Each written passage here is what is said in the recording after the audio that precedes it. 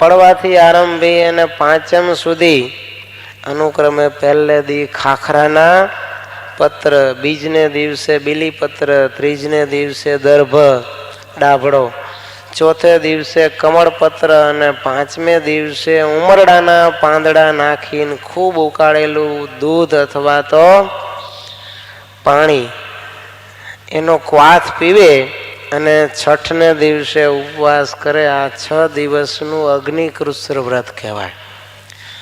કહેતા આ પદાર્થોને દૂધમાં અથવા તો પાણીમાં ઉકાળીને પીવાના. સાતમથી આરંભી અનુક્રમે દૂધ, બીલીફળ, કમળફળ અને કમળના તંતુનું ભક્ષણ કરી અને એકાદશીને દિવસે ઉપવાસ કરે તો આ 5 દિવસનું વ્રત છે એને લક્ષ્મીકૃષ્ણ વ્રત કહે છે. 3 દિવસ પ્રાતઃ કાળે જમે સવારમાં, 3 દિવસ સાયંકાળે એટલે ગાયો આવ્યા પછી સંધ્યા સમયે જમે, અને 3 દિવસ માગ્યા વગર કોક આપે તો જમે, અને છેલ્લા 3 દિવસ ઉપવાસ કરે એને પ્રાજાપ્રત્ય કૃષ્ણ નામનું વ્રત કહેવાય. આ 12 દિવસનું વ્રત છે.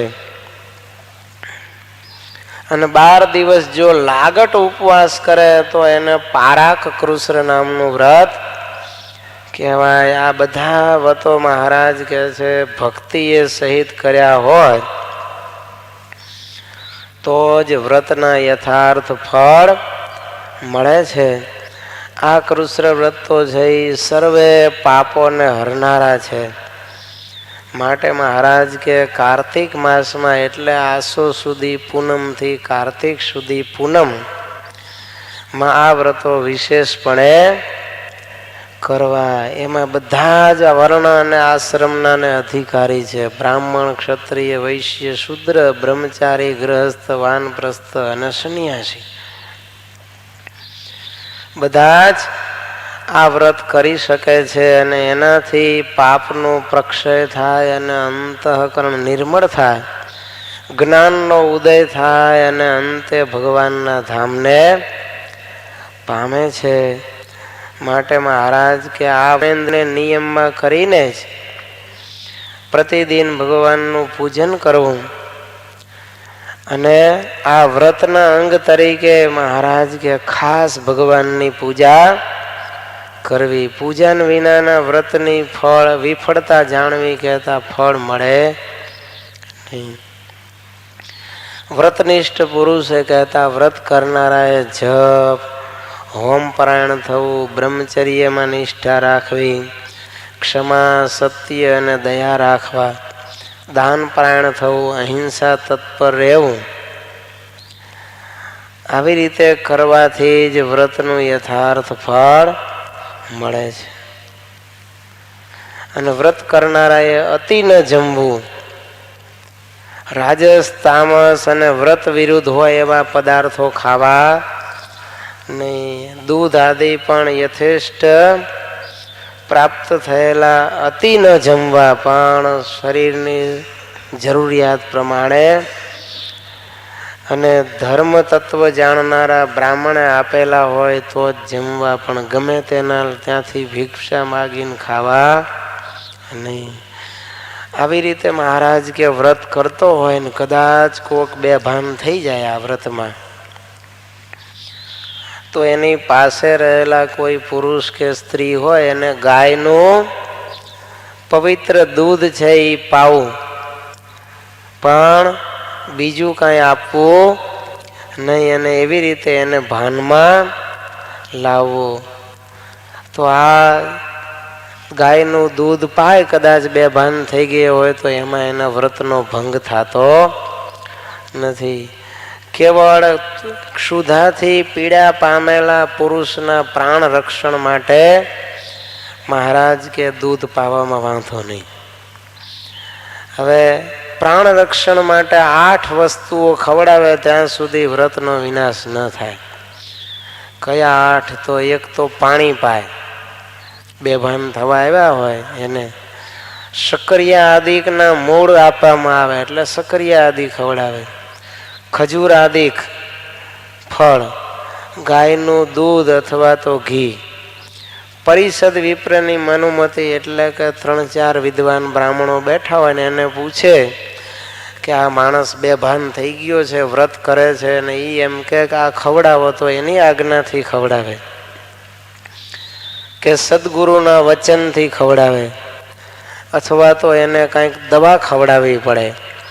તો આ 8 બાબતમાં માણસનું વ્રત છે એ તૂટતું નથી. પણ એ સાજો થઈને વળી પાછો હતો એમને એમ વ્રતનું આચરણ કરવા માંડે તો એને વ્રતનું ફળ અવશ્ય મળે છે. મહારાજ કે કૃષ્ણ પૂજન કરવા પૂર્વક કાર્તિક માસમાં કૃષ્ણ વ્રત કરવું એમ પૂર્વે બ્રહ્માએ નારદજીને બ્રહ્મ વૈવર્ત પુરાણમાં કહેલું કે બધા જ મનુષ્ય આ પ્રમાણે પ્રતિદિન પૂર્વોક્ત વિધિથી પૂજન સાથે વ્રત કરવું જોઈએ.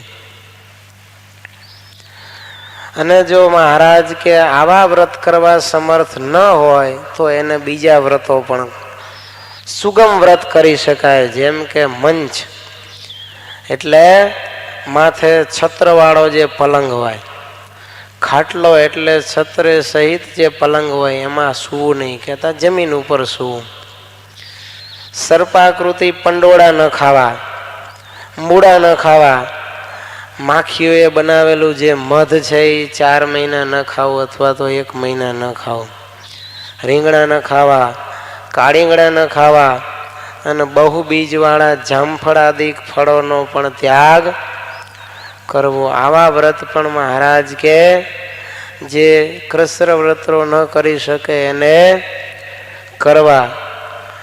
એ સિવાય મહારાજ કે 1 વાર જમવાનું વ્રત રાખે તથા લવણ વિનાનું અન્ન જમવાનું વ્રત રાખે, અથવા તો માગ્યા વગર મળે એ અન્ન જમવાનું વ્રત રાખે, અથવા ફળ માત્ર ને જમે નહીં,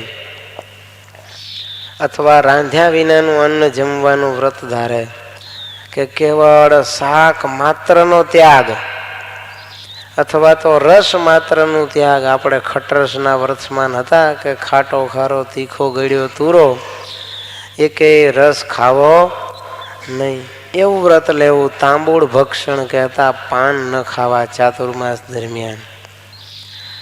શરીરને તેલ ચોળીને નાવું નહીં, એવું નિયમ પણ મહારાજ કે લેવાય. પાથરણા વિના જમીનમાં એમને એમ સૂઈ રહેવું, અથવા તો જમીન ઉપર અન્ન મૂકી અને જમવું. પતરાવડું પણ ન રાખવું, કાં તો પતરાળામાં ભોજન કરવું, અથવા તો ભોજન કાળમાં કોઈની સાથે બોલવું નહીં, મૌન રાખવું. કેવળ પથ્થર ઉપર સૂઈ રહેવું. તીર્થમાં જઈને તેમાં સૂર્યોદય પહેલા સ્નાન કરવું. ગાય વિપ્ર સાધુ અને દેવની પૂજાનો નિયમ રાખવો. થાળીમાં નહીં પણ પતરાળામાં જ જમવાનો નિયમ રાખવો. થાળી અને તપેલી વગેરેમાં રાંધેલા અન્નનો ત્યાગ કરવો. તથા પ્રતિદિન અન્નદાનનું વ્રત લેવું, ગોદાનનું વ્રત લેવું, સુવર્ણદાન કરવું, તિલદાન કરવું, દીપદાન કરવું. આવા વ્રતો પણ મહારાજ કે કાર્તિક માસમાં કરી શકાય જો પેલા ન થતા હોય તો. કાર્તિક, માઘ અને વૈશાખ માસમાં પ્રાતઃ કાળમાં જ સ્નાનનો નિયમ, કહેતા સવારમાં વહેલા ઠંડા પાણીએ નાહી લેવું. 1 હવિષ્યાનનું ભક્ષણ કરવું, બ્રહ્મચર્ય વ્રત પાળવું. આ 3 વ્રતો જો કરે તો એના મોટા પાપનો નાશ કરે છે એમ મહારાજ કે જાણવું. તો આ પ્રમાણે ભગવાન કહે છે આ ચાતુર્માસમાં આમાંથી કોઈ પણ પ્રકારના વ્રત આપણાથી જે બની શકે એવા વ્રતની ટેક લઈ અને એ પ્રકારે મહારાજ કહે છે વ્રતનું આચરણ કરવું. અને જો અશક્ત હોય તો એને શ્રાવણ માસમાં આ નિયમ 1 મહિના પૂરતું ધારણ કરવું.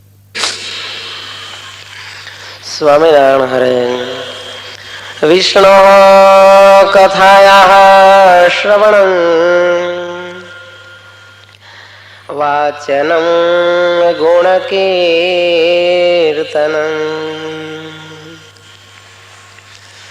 મહાપૂજા મંત્ર જપઃ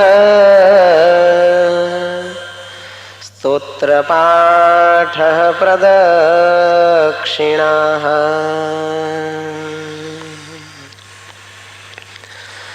ભગવાન સ્વામિનારાયણ કહે છે, અને તે વિશેષ નિયમ તે કિયા તો ભગવાનની કથાનું શ્રવણ કરવું તથા કથા વાંચવી તથા ભગવાનના ગુણનું કીર્તન કરવું તથા પંચામૃત સ્નાન કરીને ભગવાનની મહાપૂજા કરવી તથા ભગવાનના મંત્રનો જપ કરવો તથા સ્તોત્રનો પાઠ કરવો તથા ભગવાનને પ્રદક્ષિણા કરવી. ભગવાન કહે છે, અમારા આશ્રિતોએ ચાતુર્માસને વિશે વિશેષ નિયમ ધારવા. આગળના શ્લોકમાં આપણે વ્રત અને તપ વિશેના જે નિયમો હતા એ જોયા, પણ ભગવાન કહે છે એના કરતા પણ અમને વધારે જે પ્રિય નિયમો છે એ તો ભગવાનની ભક્તિ સંબંધી છે. માટે મહારાજ કે તપથી એ વિશેષ મહત્વના આ જે 8 નિયમો અમે કહીએ છીએ એ છે, અને એમાંથી તો અવશ્ય એક નિયમ ભક્તિપૂર્વક ધારણ કરવો જ. એમાં મહારાજ કહે છે ભગવાનની કથા શ્રવણનો નિયમ લેવો. મંદિર હોય કે ક્યાંય સત્સંગ હોલ હોય, ત્યાં જો ચાતુર્માસમાં કથા થતી હોય તો મહારાજ કે કથા શ્રવણનો નિયમ લેવો. ધાર્મિક ગ્રંથો વંચાતા હોય સાંભળવા, સત્સંગી જીવન, વચનામૃત, શિક્ષાપત્રી, ભાષ્ય, ભાગવત, સત્સંગી ભૂષણ, હરિલીલા, કલ્પતરુ, ભક્ત ચિંતામણી, નિષ્કુળાનંદ કાવ્ય જેવા ગ્રંથો એની કથા મંદિરમાં થતી હોય અથવા તો ક્યાંક સત્સંગ હોલના નિર્માણ થયા હોય, મંદિર ન હોય, અને ત્યાં નિયમિત કથા થતી હોય તો એ કથા શ્રવણનો નિયમ લેવો. અથવા તો ઘરમાં એક વ્યક્તિ વાંચે અને બીજા શ્રવણ કરે, એવી રીતે કથા શ્રવણનો નિયમ રાખવો. પણ એ નિયમ પ્રેમથી ધારણ કરવું. કથા શ્રવણનું નિયમ લીધું છે એટલે ન છૂટકે સાંભળવી પડે એવું અણગમાપૂર્વક નિયમ લેવો નહીં. પણ મારા ભગવાનના આ લીલા ચરિત્રો સાંભળવાના મારા ભાગ્ય ક્યાંથી? મોટા પુણ્ય હોય અને ભગવાનની કથા સાંભળવાનો યોગ થાય, એમ નિષ્કુળાનંદ સ્વામીએ ભક્ત ચિંતામણીમાં લખ્યું છે. હળવે પુણ્ય હોય નહીં વળી હરિ કથાનો યોગ, મોટે પુણ્ય મળે ટળે ભારે ભવરોગ. સ્વામી કહે છે ભગવાનની કથા ઓછા પુણ્ય વાળાને મળતી નથી હો. બહુ જન્મના પુણ્ય ભેગા થયા હોય ને ત્યારે ભગવાનની કથા સાંભળવાનો યોગ થાય. નહીતર તો ઘરના આંગણા પાસે પારણ બેઠી હોય ને આપણે ક્યાંક ટ્રેનિંગમાં જવાનું થાય, આપણા ભાગ્યમાં ન હોય. અઠવાડિયાની પારણ બેસે ને 10 દીની ટ્રેનિંગ આવે. શરૂઆત થાય અને આગલે દેથી જાય તો પૂરું થાય પછી પાછા આવે. જો નક્કી કર્યું હોય કે આ વખતે સમયમાં આપણે કથાના યજમાન થવું છે અથવા તો કથા શ્રવણ કરવી છે, પાટલે બેસવું નથી, તો પણ કોઈક સાજા માંદા થઈ જાય, હોસ્પિટલમાં રહેવું પડે, ક્યાંક લગ્ન ફાટી નીકળે અચાનક કોકના શાળાના બનેવીને ક્યાંક સંબંધીમાં ક્યાંક જવું પડે, કોક મરણ થઈ જાય અને એમાં 10 દિવસ અઠવાડિયું આપણું જાય પણ કથા શ્રવણનો યોગ મળે નહીં. અને મળ્યું હોય તો એ સાંભળે નહીં જેના પુણ્ય ઓછા હોય તો. અમદાવાદમાં કાલુપુર મંદિર છે, અહીંયા બહાર નવો વાસ કહેવાય. ત્યાં એક ડોસી રહેતી હતી, મરીને ભૂત થઈ. પછી પારણ બેસાડી એટલે કથામાં એ હાજર થઈ. પછી વિષ્ણુ કાકાએ એને પૂછ્યું કે માજી, તમે તો મંદિર પાસે રહેતા હતા ને પહેલા તો મંદિરની બહાર અહીંયા શાક બકાલા વાળા બેસે ને ત્યાં પારણ બેસતી ચોકમાં. અઠવાડિયાની સપ્તાહ હોય ત્યારે ત્યાં કથા થતી.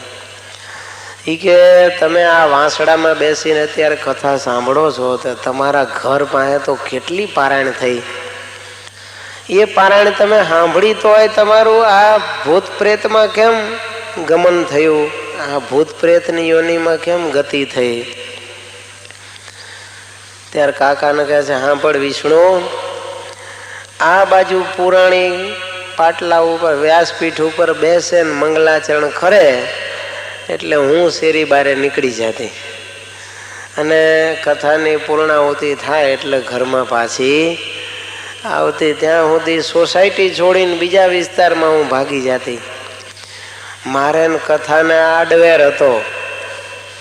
કથા ચાલુ થાય એ મને ગમે નહીં એટલે આખી જિંદગી એકે વાર મેં કથા સાંભળી નથી. એના પરિણામે હું આ ભૂતડી થઈ છું.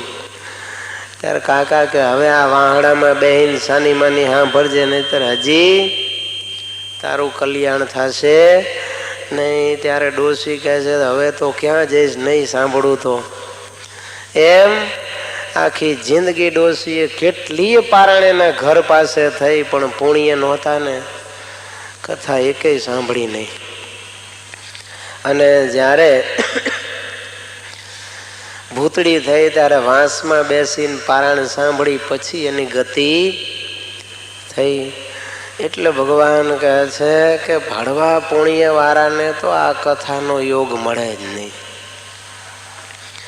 ઠેક ઠેકાણે તમે જુઓ પારાયણો કથા પ્રવચનો થતા હોય છે, પણ જેટલી ટોકીજમાં ગીરદી હોય છે એટલી હોય છે મંદિરમાં કથા વાર્તા થતી હોય ત્યાં.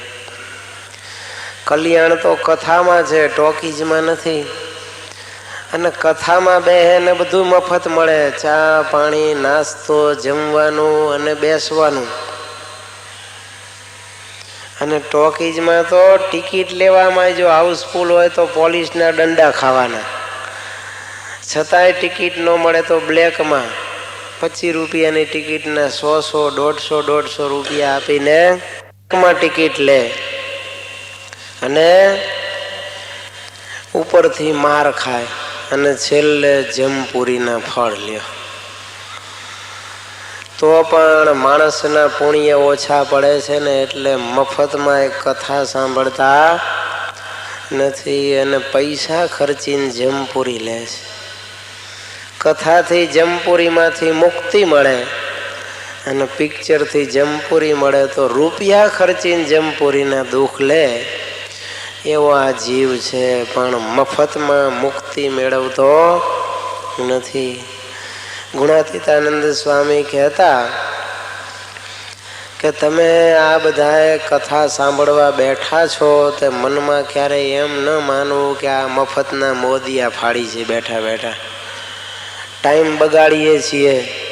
સ્વામી કહે છે આ તો તમે જન્મ મરણ અને 184 ઉપર ચોકડીઓ મારો છો. જેટલો સમય કથા સાંભળશો એટલા તમારા 1,84,ના ફેરા છે એ કપાશે.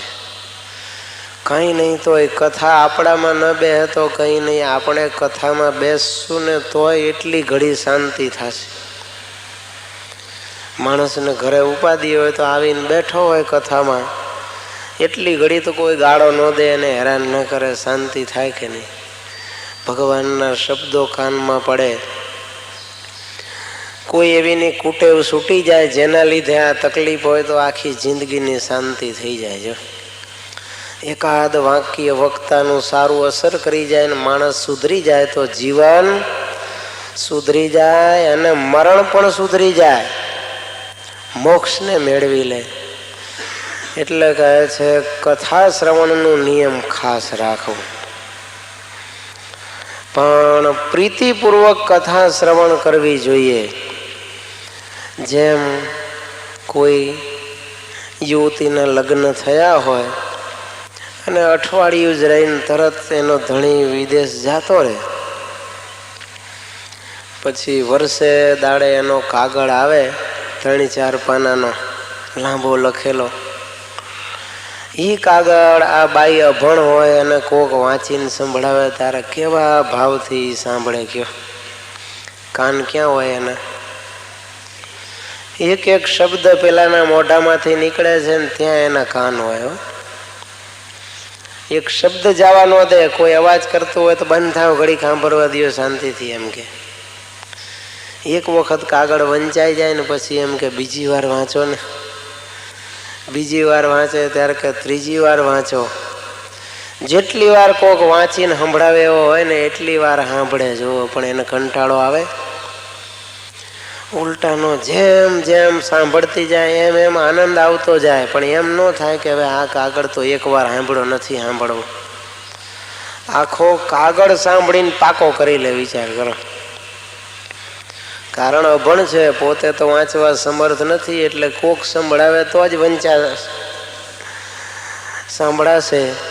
તો એ જેવા ભાવથી એના પતિનો પ્રિયતમનો કાગળ સાંભળે એવી રીતે આપણે ભગવાનની કથા પ્રીતિપૂર્વક એકાગ્ર ચિત્તે સાંભળવી જોઈએ.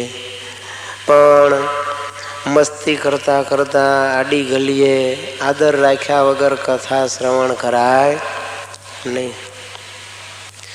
શરીર સશક્ત હોય અને સ્વસ્થ હોય તો પછી ઓઠીકણ દઈને બેહાય નહીં. માંદા હોય, શરીરમાં રોગ હોય ને એ ઓઠીકણ દઈને બેસે અથવા તો સૂતા સૂતા બેસે, એને બાદ નહીં. એ સિવાય તો આદરપૂર્વક કથા સાંભળવી જોઈએ. મહારાજ વખતે કથા થાય ને પછી બધા કાઠીઓ બેઠા હોય. હવે એને તો બહુ લાંબો સમય કથા હાલે પછી ઇન્ટરેસ્ટ પડે નહીં ને. પ્રાગજી પુરાણી કથા વાંચતા હોય. હવે એ જમાનામાં તો સંસ્કૃતમાં જ બધા હતા ગ્રંથો પહેલા, એટલે વાંચે એમાં કાંઈ હું જ ન પડે. પછી કાઠીઓ હોય ને એમ કે સોમલા રાતો આદો. સોમલા ખાસે ને એમ કે જરાક જોજો ઊંચો જઈને કે લાલ લીટી આવી કે નહીં અંદર. લાલ લીટી નિશાની એટલે અધ્યાય પૂરો થાય. નામાચરણ આવે અહીંયા લાલ લીટીથી લખેલું હોય, એટલે સોમલા ખાચર પાછા આમાં અધર થઈને જુએ. પ્રાગજી પુરાણી વાંચતા હોય ને પછી પ્રાગજી પુરાણી પાછા સુપરફાસ્ટ હોય, એને નાના નાના બમ્પ તો નડે જ નહીં. એટલે એક અધ્યાય પૂરો કરીને સીધો જ બીજો અધ્યાય ચાલુ કરી દે. એટલે સોમલા ખાચર કહે છે ભણો રાતો તો આદો પણ ભટડો ટપુગો. રાતો આદો પણ ભટડો ટપુગો. ઈ કે લાલ લીટી તો આવી પણ ભટજી ટપી ગયા, એને બમ્પ નડતા જ નથી, વિશ્રાંતિ લેતા જ નથી. એમ મહારાજ કથા કરતા હોય ત્યારે કાઠીઓ રમૂજ કરતા કે હવે આ ઘડીક બંધ થાય તો સારું. મહારાજ પણ ઘણી વખત કથા એવી તત્વજ્ઞાનની આવે ત્યારે કહેતા, જુઓ કે સભા સર્વે શૂન થઈ ગઈ છે, માટે હવે કથા રાખો અને કીર્તન ઘડીક ગાવ એટલે બધા ફોર્મમાં આવી જાય ને પાછા ફ્રેશ થઈ જાય. પણ ખરેખર તો જીવનું જીવન છે ને, આત્માનું જીવન એ કથા છે, એનો ખોરાક. જેમ માણસને કે પશુ પક્ષીને દેહધારી માત્રને એનો ખોરાક અન્ન ન મળે એટલે એ જેમ લંઘાઈ જાય, એમ આત્માનો ખોરાક ભગવાનની કથા છે. એને કથારૂપી ખોરાક ન મળે એટલે એ બીમાર થાય. બીમાર થાય એટલે શું, કંઈ માંદો પડી જાય એમ નહીં, ધીરે ધીરે એની અંદર રોગ બધા કયા દોષો રૂપી રોગ આવવા માંડે, શિથિલતા આવે. ધાર્મિક જે વિધિનું અનુષ્ઠાન કરવાનું હોય, પૂજા પાઠ ધ્યાન ધારણા જપ તપ વ્રત હોમ દાન તર્પણ, આ બધી જે વિધિઓ છે, નિયમોનું જે પાલન કરવું, એમાં શિથિલતા આવતી જાય. દિવસે દિવસે એ નિયમો પાળતા હોય એમાં ઘટાડો થતો છે. ભગવાન ભજવાની શ્રદ્ધા હોય એ ઘટતી જાય. અને એક સમય એવો આવે કે પછી શ્રદ્ધા વગરનો થઈને ભગવાનનો કેવળ નામ માત્ર ભક્ત રહે. કહેવાનો સત્સંગી પછી કેવો, ઇંગ્લેન્ડની ઓલી ગાંધી વખતની જે સાયકલ ઘડીએ ટીંગાડી હોય એનું ખાલી હાડપિંજર હોય, એ સાયકલ પછી પ્રદર્શનમાં મૂકવામાં કામમાં આવે કે આવી સાયકલ ઇંગ્લેન્ડ વખતે આઝાદી પહેલા હતી. એમ ખાલી નામનો સત્સંગી એમ કહેવાય કે ફલાણા ભાઈ સત્સંગી છે, પણ સત્સંગીના કોઈ ગુણો પછી એના વિશે રહે નહીં. એટલે જો એને નિત્ય કથા શ્રવણનો યોગ હોય ને તો દિવસે દિવસે એનામાં કંઈક સુધારો થતો જાય, કંઈક નિયમમાં શ્રદ્ધામાં વધારા થતા જાય ને ભગવાનની ભક્તિમાં એને પ્રગતિ દેખાય. વૈરાગ્ય ન હોય તો પ્રગટે, ન હોય તો વધે. એટલો મોટો મહિમા આ કથાનો છે. એટલે તો વિહારીલાલજી મહારાજે હરિલીલામૃતમાં લખ્યું કે જેને કથા છૂટી એને સમજવું સત્સંગમાંથી પડવાનો થયો છે. સમીપ આવે મરવાનું જ્યારે, ધીમે ધીમે અન્નત જાય ત્યારે, સત્સંગમાંથી પડવાનો થાય, ધીમે ધીમે કૃષ્ણ કથા તજાય. વિહારીલાલજી મહારાજ કે જેમ માણસ મરવાનો થાય એટલે અન્ન પછી ખાવાનું બંધ થતું જાય છે. ધીરે ધીરે ખોરાક ઘટે ને પછી લેવાય જ નહીં, નામે અન્ન પેટમાં જાય જ નહીં. એટલે બધા તરત કાગળ લખીને ફોન કરીને તેડાવવા માંડે કે બાપાએ અન્ન છોડી દીધું છે, હવે ભેગું થવું હોય તો એકવાર આવી જાજો. એટલે બેનું દીકરીઓ ભાઈ દીકરાઓ જે કાંઈ નોકરી કરતા હોય આગળ પાછળ રજા મેળવી અને એક બે દાડામાં બાપાને મોઢું દેખાડી જાય, ભેળા થઈ જાય. બધા આશા છોડી દે કે હવે બાપા લાંબુ ખેંચ છે નહીં, કારણ કે એને હવે મરણ નજીક આવ્યું છે એટલે અન્ન છોડી દીધું. એમ વિહારીલાલજી મહારાજ કે જ્યારે સત્સંગમાંથી આ જીવ પડવાનો થાય ત્યારે એને ભગવાનની કથા શ્રવણ છે ને એ નિયમ તૂટતો જાય. જો જેમ જેમ કથા સાંભળવાની બંધ કરતો જાય અથવા તો વાંચવાની, શ્રવણનો યોગ ન હોય અને માણસ બુદ્ધિવાન હોય તો વાંચીને પણ પ્રગતિ કરી શકે. તો એને ભગવાનની કથા શ્રવણ કીર્તન તજાય એટલે સમજવું કે હવે આ વહેલો મોડો સત્સંગમાંથી પડશે. સત્સંગ રૂપી શુભ તો હવેલી, પડી જવાની ગણવી જ વહેલી. કથા સુણે તે કહી આદિ ભક્તિ, તેથી વધે છે નવદાની વિકતિ. ભગવાન કહે છે આ સત્સંગ રૂપી હવેલી છે ને એનો પાયો શું છે? ભગવાનની કથા. કોઈ પણ ધર્મ અને સંપ્રદાયનો પ્રચાર તમે જુઓ શેનાથી થાય છે? એના પ્રવચનકારો કથા કરે ને, પ્રવચન કરે એનાથી. એમને એમ કોઈનો થાય જ નહીં પ્રચાર. એના ઉપદેશકો જોરદાર હોય અને એ ભગવાનની કથા કર્યા કરતા હોય ને તો એને સાંભળી અને અનેક લોકો સંપ્રદાયમાં ભળે અને ફૂલ બહોળા પ્રમાણમાં એનો પ્રચાર ને પ્રસાર થાય. અને જ્યારે કથા જો કરવાની સાંભળવાની બંધ થઈ તો ધીરે ધીરે એ નામ શેષ થઈ જવાનો. એ સંપ્રદાય એ ધર્મ લુપ્ત થયા વગર રહેશે નહીં. એટલે કહે છે સત્સંગ રૂપી હવેલી છે એનો પાયો છે ને એ ભગવાનની કથા છે. જો એ કથા દ્વારા નિયમ ધર્મ ડ્યુટી એ બધી એને જાણી અને સત્સંગ કરતા હશે તો એ સત્સંગ કાયમ માટે અવિચળ રહેશે. પણ જો નિયમ નેવે મૂકી અને ભગવાનની કથા વાર્તાને બદલે ભેગા થઈને ખાણીપીણી જ કરતા હશે તો એ સત્સંગ રૂપી હવેલી થોડા દિવસોમાં પડી જવાની એ નિર્વિવાદ વાત છે.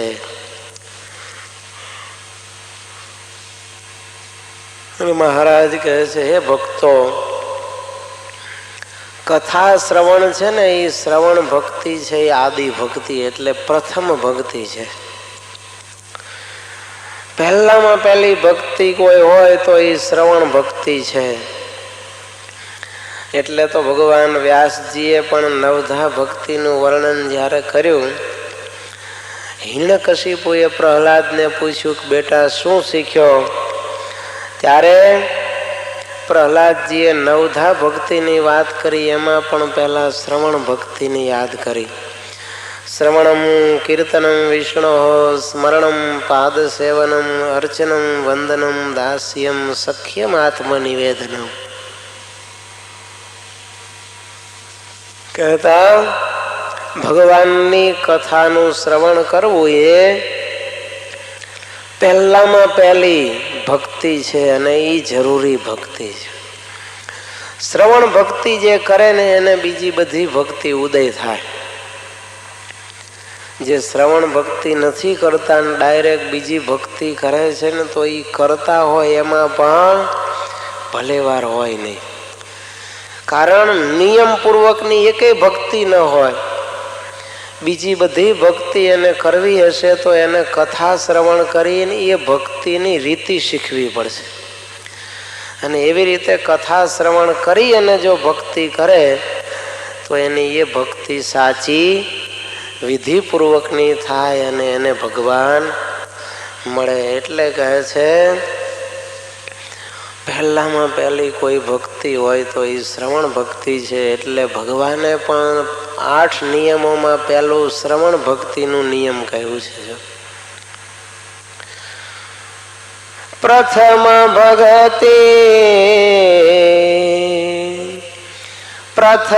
ભગતિ સંતન કર સંગા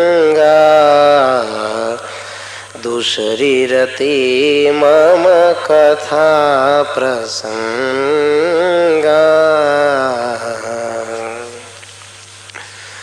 એમાં પણ તુલસીદાસજી એ જ કહે છે કે પહેલી ભક્તિ છે એ સંતોનો સંગ કરવો, એના થકી ભગવદ વાર્તા સાંભળવી, ભગવાનની કથા સાંભળવી.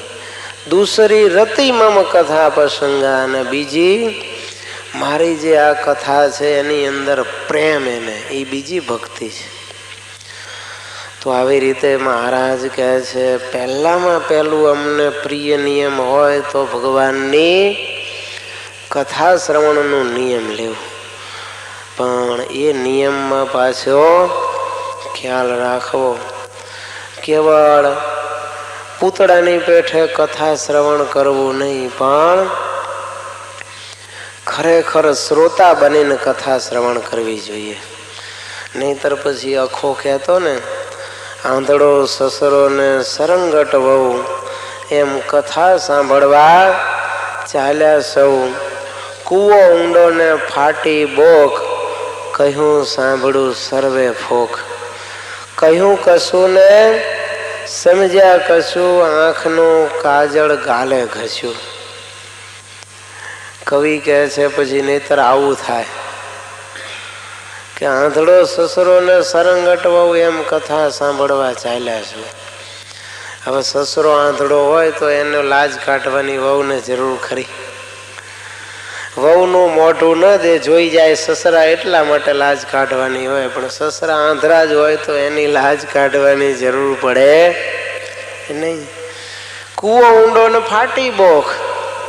કૂવો બહુ ઊંડો હોય, 100 હાથ ઊંડો હોય, અને એની બોખ એટલે જે ઓલો કોષનો હોય ને ચામડાનો, એ જો ફાટેલો હોય તો નીચેથી ઉપર આવતા આવતા પાણીનું એક ટીપું અંદર રહે. સવારથી હાંજ સુધી બળદ ને માણસ બે તૂટે, પણ એક ટીપું પાણી થાળામાં કે પડામાં જાય નહીં. તો આવી પરિસ્થિતિ થાય કે કહ્યું સાંભળ્યું સર્વે ફોક. સવારથી હાંજ સુધી પેલો કથા કરે ને આ સાંભળે, પણ જો એમાં કાંઈ ઉતરે નહીં તો કૂવો ઊંડો ને ફાટી બોખ જેવો થાય. અથવા તો કહ્યું કશું ને સાંભળ્યું કશું, આંખનું કાજળ ગાલે ઘસ્યું. વક્તા કાંઈક જુદું કહેતા હોય ને શ્રોતા કાંઈક જુદું સાંભળે, એવી કથાએ ભગવાન કે સાંભળવી નહીં.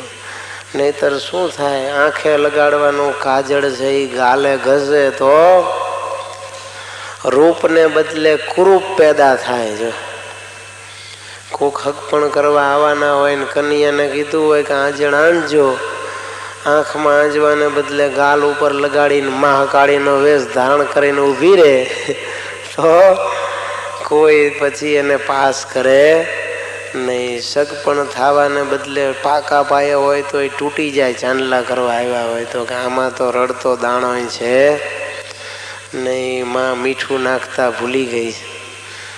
આ જો અત્યારે કાજળ આંજે છે ગાલ ઉપર તો આગળ શું કરશે? એમ એવી કથા સાંભળવી નહીં. જો એક ગામમાં પારણ બેઠેલી ગીતાની, મહિનો પારણ હાલ્યો ગીતા ઉપર, ચાતુર્માસ શ્રાવણ મહિનો હશે એટલે કોક વક્તા સરસ હતા કથા કરવા આવ્યા. પછી કથાની પૂર્ણાહુતિ થઈ તેથી એક બાપુ ઊભા થયા અને વક્તાશ્રીને મળ્યા. એ કે બાપુ, પહેલા દિવસે તમે જે 2 ગધા કહેતા, 2 ગધેડાની જે વાત કરી હતી એની વાત તમે પછી કરી જ નહીં. આખી કથા પૂરી થઈ ગઈ. હું તો રોજ વિચાર કરું છું કે ગધેડાની વાત કેદી આવશે, તો એ ગધેડાની વાત તમે કરો. બાપુ કહેલા મેં ક્યાં કીધું તું? ત્યારે કહે છે તમે નહોતું કીધું, પાર્થો વત્સ સુધીર ભોગતા દોગ્ધા ગોપાલ નંદન. આવો એક શ્લોક હતો કે પાર્થ છે ને એ શું છે? અર્જુન વાસરડો છે. અને સારી બુદ્ધિવાળા જે વિદ્વાનો છે એ બધા આના ભોગતા છે. અને દોગ્ધા એટલે દોનારા.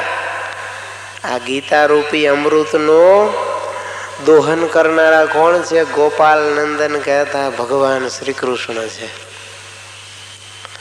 એના બદલે આને દોગધાનું શું અસર કર્યું? 2 ગધા કહેતા 2 ગધેડા. ઈ કે 2 ગધેડા કોણ? એક તું ને બીજો હું.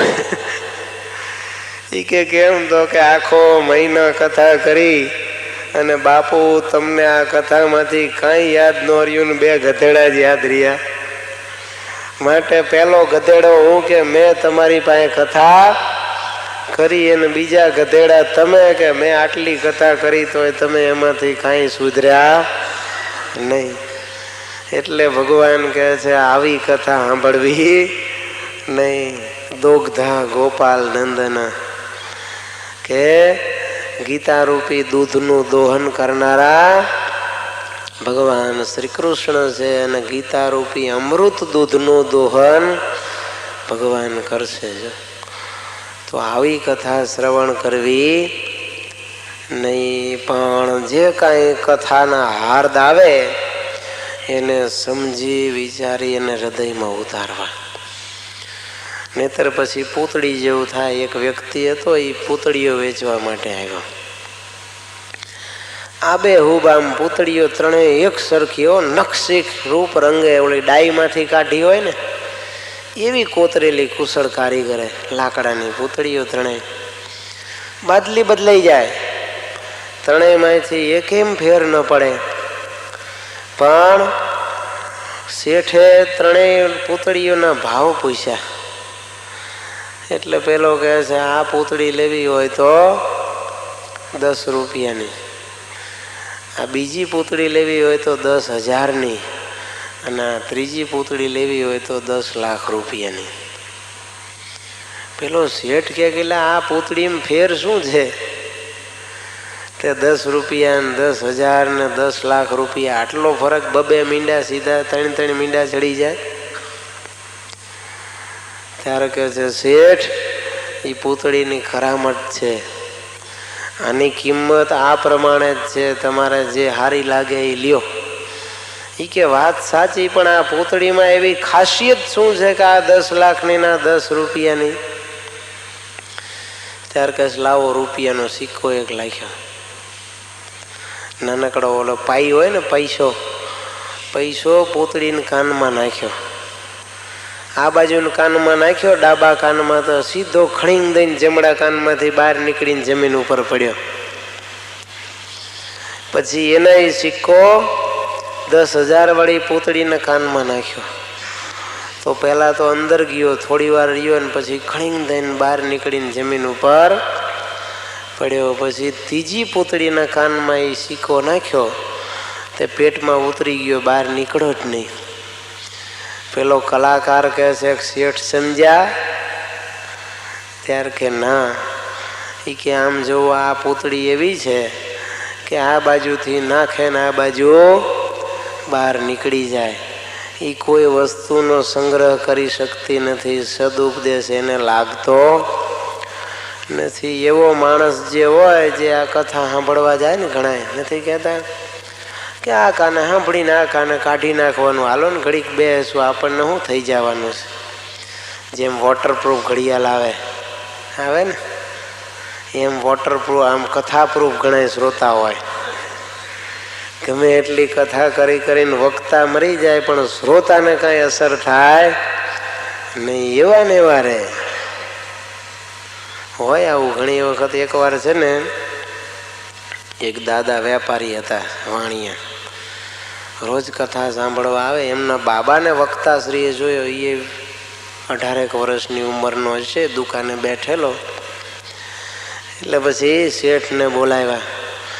શેઠને કહે છે કે દાદા, તમે રોજ કથા સાંભળવા આવો છો, તો કોક દી બાબાને લાવતા હોય તો? ત્યારે કહે છે, નહીં સ્વામીજી, દીકરાને નો. અરે પણ સવારમાં વહેલા ક્યાં દુકાન? તો તમારે 10 વાગ્યે ખુલે છે. આપણે તો 8 થી 11 કથા હોય તો 2 કલાક જે સાંભળી. ત્યારે કે સ્વામીજી, એમાં તમને ન ખબર પડે. કેમ? ત્યારે કે છોકરા કૂણા કાળજાના હોય, અને તમે આવી અસરકારક કથા કરો અને નહીં એને અસર થઈ જાય તો એ પછી ધંધો પાણી કરે નહીં, માટે એને કથામાં લવાય નહીં. ત્યારે કે તમે તો કે અમે તો કથા પ્રૂફ છીએ, તમારે ગમે એમ દિયો નહીં, અમને કાંઈ અસર થાય નહીં, એટલે અમે કથા સાંભળવા આવીએ એમાં વાંધો નહીં, પણ છોકરાને લવાય નહીં. એમ ઘણા કથા પ્રૂફ શ્રોતા હોય તો એને પણ કથા શ્રવણથી લાંબુ ફળ પ્રાપ્ત થાય નહીં. એક વખત હવે એક શેઠે આવું નિયમ લીધેલું કથા શ્રવણનું. પછી બન્યું શું, અચાનક શેઠને બહારગામ જવાનું થયું હવે, અને છૂટકો જ નહોતો જયા વગર. એટલે છોકરાને કીધું કે બેટા, મારે હવે શ્રાવણ મહિનાનું નિયમ છે કથા શ્રવણ, આજ હું બહારગામ જાઉં છું, એટલે મારા બદલે તું કથા સાંભળવા જાજે. એટલે છોકરો તો કથા સાંભળવા ગયો, અને બરોબર તે દી ગાય માતાનો મહિમા આવ્યો બહુ, કે ગાયના શરીરમાં તો 33 કરોડ દેવતા છે, ગાયને જમાડે એને બહુ ફળ મળે, અને એક ગાય તો ઘરના હિન્દુઓના આંગણામાં હોવી જ જોઈએ. આવી રીતે ગાયનો મહિમા સાંભળ્યો એટલે છોકરો તો આવ્યો દુકાને આવીને બેઠો, અને બપોરના સમયે બરોબર શેઠ બસમાંથી ઉતર્યા અને આને અનાજ કરિયાણાની દુકાન આગળ ડબ્બા રાખે. જૂનવાણી જમાનામાં જોયા તમે, ડબ્બાની અંદર અનાજ ભરેલા હોય, છૂટક જે લેવા આવે 500 કિલો એને એમાંથી ભરી ભરીને દે, આગળ કાઉન્ટરમાં જોય. એટલે ગાય ઊભી ઊભી ઘઉં ખાતી હતી. તો ઓલો શેઠનો દીકરો છે એ ગાયને તગેડે નહીં ત્યાંથી, એ કે ભલે ખાતી હોય પુણ્ય થશે આપણને, ગાયને અહીંથી કાઢી મુકાય નહીં. એમાં વાણિયો આવી ગયો, વાણીએ જોયું કે ગાય ઘઉં ખાય છે ને છોકરો કાઢતો નથી. હળી કાઢીઓ ધોતી ઓલો શેડો હાથમાં લેતા કે જે 2 બડા ઠોક્યા, ગાયને બિચારીને ખાધેલું બધું કાઢી નાખ્યું. પછી છોકરાને વઢવા લાગ્યા કે મૂર્ખના સરદાર, તને ખબર નથી પડતી આ ગાય ઘઉં ખાય છે ને તું એને હાંકતો નથી? ત્યારે કે પિતાજી, ગાયના શરીરમાં 33 કરોડ દેવતા રહ્યા છે, એને જમાડીએ આપણે તો 33 કરોડ દેવતાને જમાડ્યાનું ફળ મળે. હવે હું કેદી 33 કરોડ દેવતાને જમાડવાનો હતો, એટલે ભલે બિચારી ગાય થોડી વાર ખાય એમ માનીને હું ખાવા. એ કે તને આ બધું કીધું કોને? ત્યારે કે હું આજ કથામાં ગયો હતો અને કથામાં આ વાત બાપુએ કીધી હતી. અરે રે ભગવાન, આ છોકરા બધા કાચા કાળજાના છે.